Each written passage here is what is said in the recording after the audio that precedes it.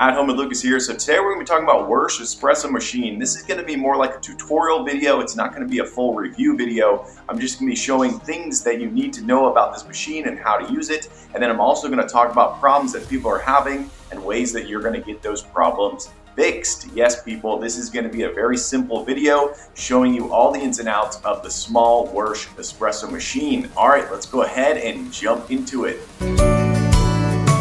Okay, one of the most important things is actually to preheat this unit, and the way you do it is you just click your single cup. You do not need to have your filter in. You can keep that out. You're going to need to have a glass that you're going to put directly underneath here to catch all of the water that's going to come out. So I'm just going to hit the single cup right here.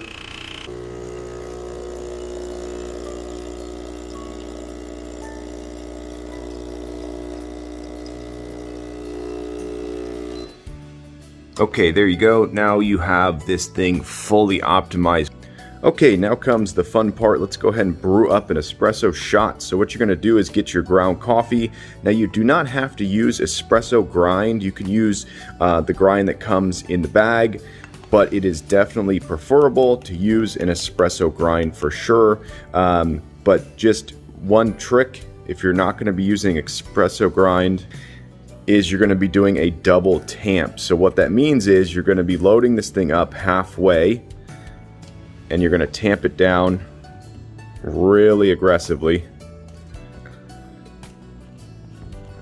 They say you want to put about 15 to 20 pounds of pressure down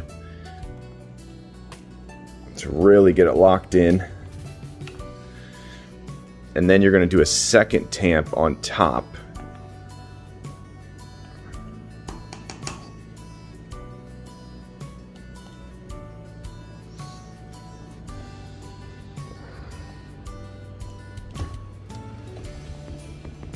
And one thing I always do is I just spin it a little bit. So I'll push it down and then I'll give it a spin.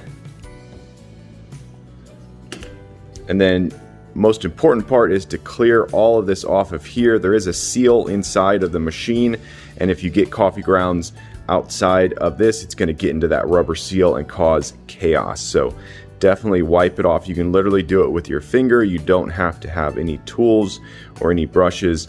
And that's basically what you want to see right there. Nicely compacted, really tamped down. Okay, and then basically you just put it into the machine just like this. It only fits in one way, so you're going to learn it real easily.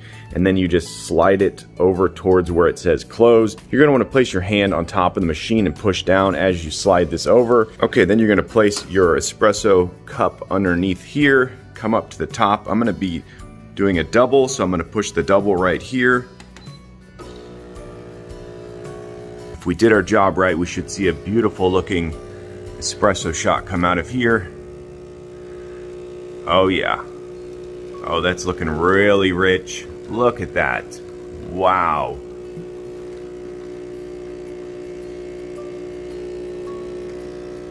Yeah, that is beautiful right there.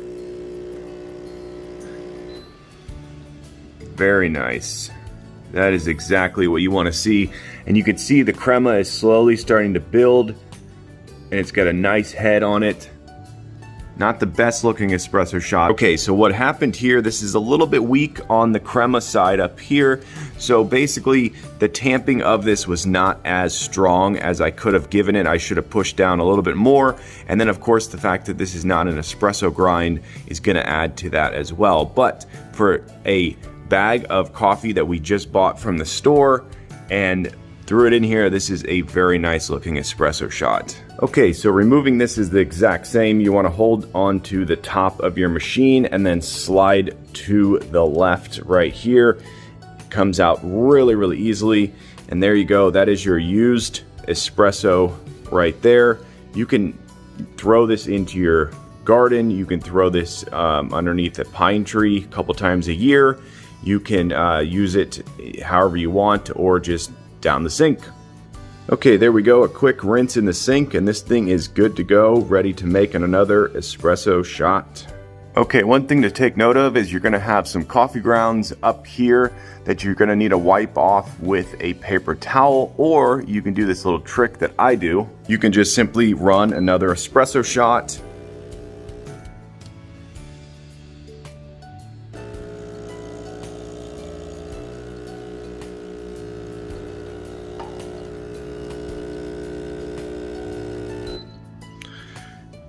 And there you go, that's all the coffee grounds.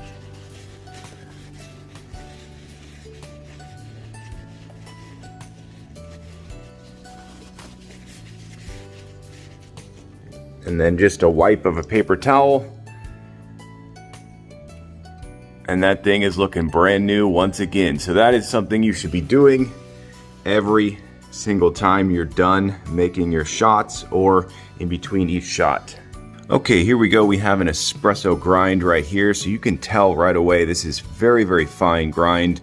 So like I said, if you go to your coffee shop, you go to Starbucks, you tell them you want the beans ground to espresso, then you're gonna be able to do this super easy. Otherwise, you're gonna have to get yourself a burr grinder and break these things down to espresso. All right, let's go ahead and tamp this down.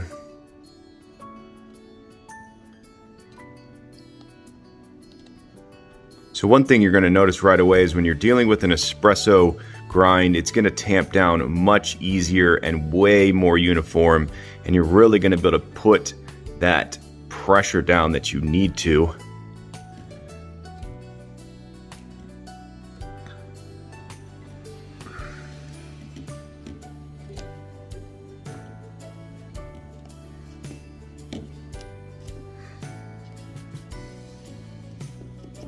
And so once again, with an espresso grind, you're going to do a single tamp. You do not need to fill it halfway and tamp and then fill it another until it's full. You're just going to do a single fill, tamp it down. That is nice looking. Let's get this brewed up. Okay, as we are using a double shot, let's go ahead and give it the double shot right there and see how much better this is going to come out.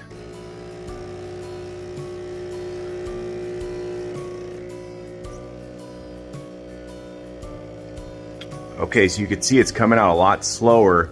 That's really nice. That is a beautiful looking stream right there, people. Wow, look at that. And you can already see the crema is way frothier, definitely thicker. That is a sign of a good extraction right there.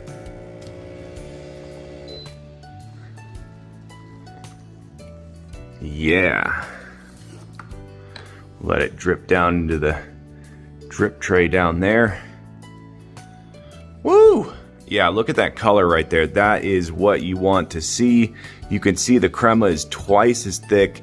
And if we keep looking, you're gonna notice it's gonna hold true, which means you're not gonna start to see coffee down below. Yeah, very nice. I could have tamped it a little bit harder and I would have gotten a better extraction, but nonetheless, that is night and day difference from the first extraction. Okay, let's say that you're new to drinking black coffee and you find that an espresso shot is just way too much for your palate and you want to actually make it more drinkable, make it more like a cup of coffee. Well, you can actually make an Americana with this machine. An Americana is basically espresso plus hot water. So you come over here and you're going to turn it all the way over to the right over here. And there you go. And there you go. Very simple, matter of seconds, you have yourself an Americana. This is going to be way more enjoyable. It's going to be way more drinkable, and it's going to be less harsh for your palate. So that is an Americana. Okay, let's go ahead and froth up some milk. So the first thing you're going to do is push your froth button right here. Once it stops flashing and it stays solid, you're ready to go. Next step is you want to turn this dial all the way over to the right. Okay, now you want to immerse it just a little bit under the milk, just like that. And you want to tilt this sideways and keep it over towards the side, and you're going to start to see it's going to make a whirlpool. See how it's spinning right now? You just barely submerge it. See how it's spinning? That is exactly what we want to see. And there you go. That is your frothy milk right there, ready to go on top of your espresso to make a beautiful latte. Okay, we got our espresso shot right here. Let's go ahead and make this into a beautiful latte with this nicely frothed steamed milk.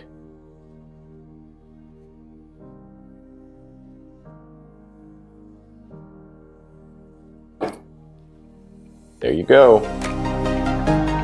Talk about what happens when you just frothed your milk and you come over here and all the lights are blinking and you're thinking, oh no, my system is broken, this whole thing is messed up.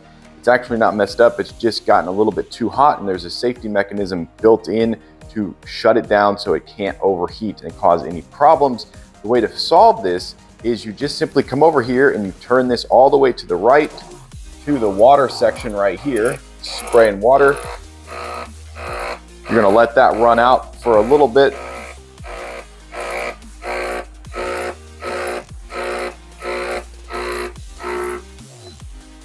And then you're gonna shut that back off and all the lights should stop flashing and you're ready to go to make your second cup of coffee. Okay, let's talk about cleaning and maintenance. So once you've used this thing about 500 times, you're gonna see all these lights flash at once. That's telling you need to descale this unit.